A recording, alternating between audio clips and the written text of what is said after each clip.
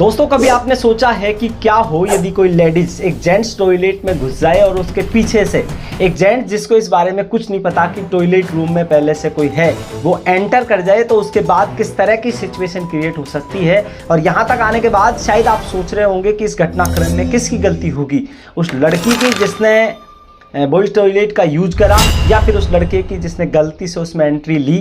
तो आप किसी भी नतीजे पर पहुंचे उससे पहले आपको इस पूरे घटनाक्रम को सुनने की आवश्यकता है, और इस वीडियो के अंत तक पहुंचते पहुंचते आपको एक परफेक्ट डिसीजन मिल जाएगा और आप इस नतीजे पर भी पहुंच जाएंगे कि यदि आपके साथ या फिर आपके किसी परिचित के साथ इस तरह का घटनाक्रम होता है तो उसको किस तरीके से हैंडल किया जा सकता है।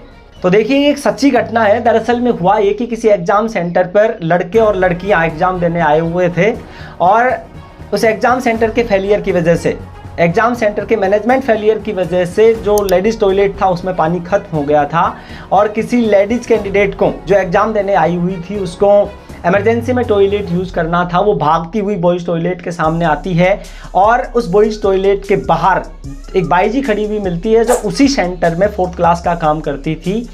वो लेडीज़ उस बाई जी को बोलती है कि मुझे इमरजेंसी में टॉयलेट यूज़ करना है, क्या मैं इस बॉयज़ टॉयलेट को यूज़ कर सकती हूँ। इतना कहना था और बाई जी ने हाँ कर दिया। वो लड़की उसके अंदर प्रवेश कर जाती है और चूंकि एग्जाम सेंटर पर काम बहुत ज़्यादा था इसलिए बाई जी किसी काम से व्यस्त हो जाती हैं और एक लड़का बाहर से जिसको इस मामले में कुछ नहीं पता था बॉयज़ टॉयलेट में एंट्री करता है और उसके कुछ सेकंड बाद जैसे ही दोनों बाहर लड़का चुपचाप अपने काम में लग जाता है, लेकिन लड़की एक अलग तरह का माहौल क्रिएट कर देती है। वो ज़ोर ज़ोर से चीखने लगती है, चिल्लाने लगती है उस बाई जी के ऊपर।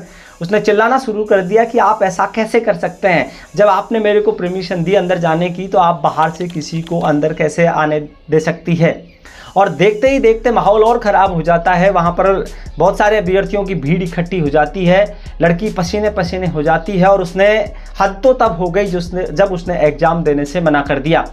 अब उसको बाहर किसी खुले बरामदे में बैठाया जाता है और पूरा स्टाफ मैनेजमेंट उसको समझाने में लगता है कि यह एक कोइंसिडेंट था, इसमें ज़्यादा कुछ नहीं था, आप इसको ज़्यादा सीरियस मत लीजिए और शांति से अपना एग्ज़ाम दीजिए। लेकिन लड़की समझने को तैयार नहीं थी। वो बार बार यही कह रही थी कि जब मैं अंदर थी तो कैसे कोई बाहर से अपोजिट जेंडर अंदर आ सकता है। तो किसी स्टाफ मेंबर ने दिमाग लगाया और उस लड़की के साथ उसके भाई आए हुए थे, वो एग्जाम सेंटर से बाहर थे, उनको कॉल करके बुलाया जाता है। उसका भाई भाग करके अंदर आता है और एक बीपी की टैबलेट उस लड़की को दी जाती है और 15 से 20 मिनट के बाद स्थिति थोड़ी नॉर्मल होती है और इस घटनाक्रम के तकरीबन 30-35 मिनट बाद उस लड़की को दोबारा एग्जाम सेंटर में भेजा जाता है। अब यहाँ तक आने के बाद शायद आप सोच रहे होंगे कि इस पूरे घटनाक्रम में गलती किसकी थी, उस लड़की की जिसने इमरजेंसी में बॉयज़ टॉयलेट यूज करा, उस लड़के की जो अनजाने में उस टॉयलेट में उसके बाद एंटर कर गया, या फिर उस बाई जी की जिसने उसको परमिशन भी दे दी लेकिन वर्कलोड ज़्यादा होने की वजह से वो वहाँ से चली गई और उसके बाद ये घटनाक्रम हुआ।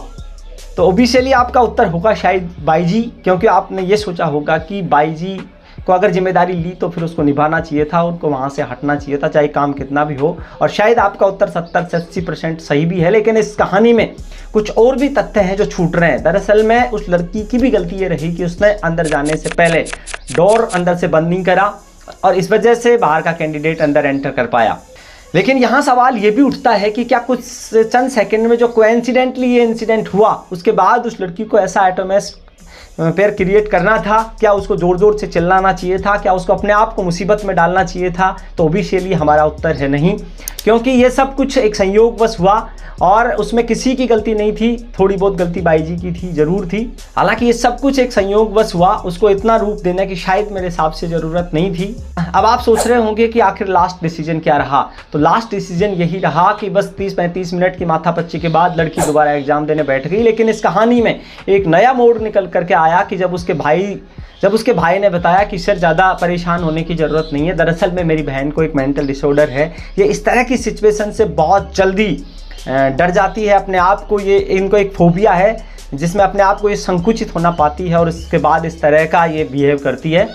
तो इस कहानी में तो खैर ये बात हुई, लेकिन यदि ये घटनाक्रम रियल लाइफ में आपके साथ या हमारे साथ होता है तो फिर ज़्यादा परेशान होने की ज़रूरत नहीं है, कूल एंड काम रहना है। या तो फिर इस तरह के बिंदु ही आप मत छोड़िए कि इस तरह का इंसिडेंट हो, कहानी वहाँ तक जाए। अगर हो भी जाता है कोइंसिडेंटली तो फिर ऐसे माहौल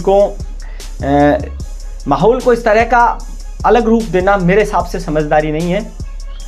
अगर इस वीडियो में आप यहाँ तक बने हुए हैं तो आपका बहुत बहुत धन्यवाद। आपको बहुत कुछ सीखने को मिलेगा। आप लाइक कर सकते हैं और चैनल को भी सब्सक्राइब कर सकते हैं यदि आपको इस तरह के कंटेंट पसंद है। जय हिंद। सावधान रहिए, सुरक्षित रहिए। नमस्कार, मैं विनोद कुमार।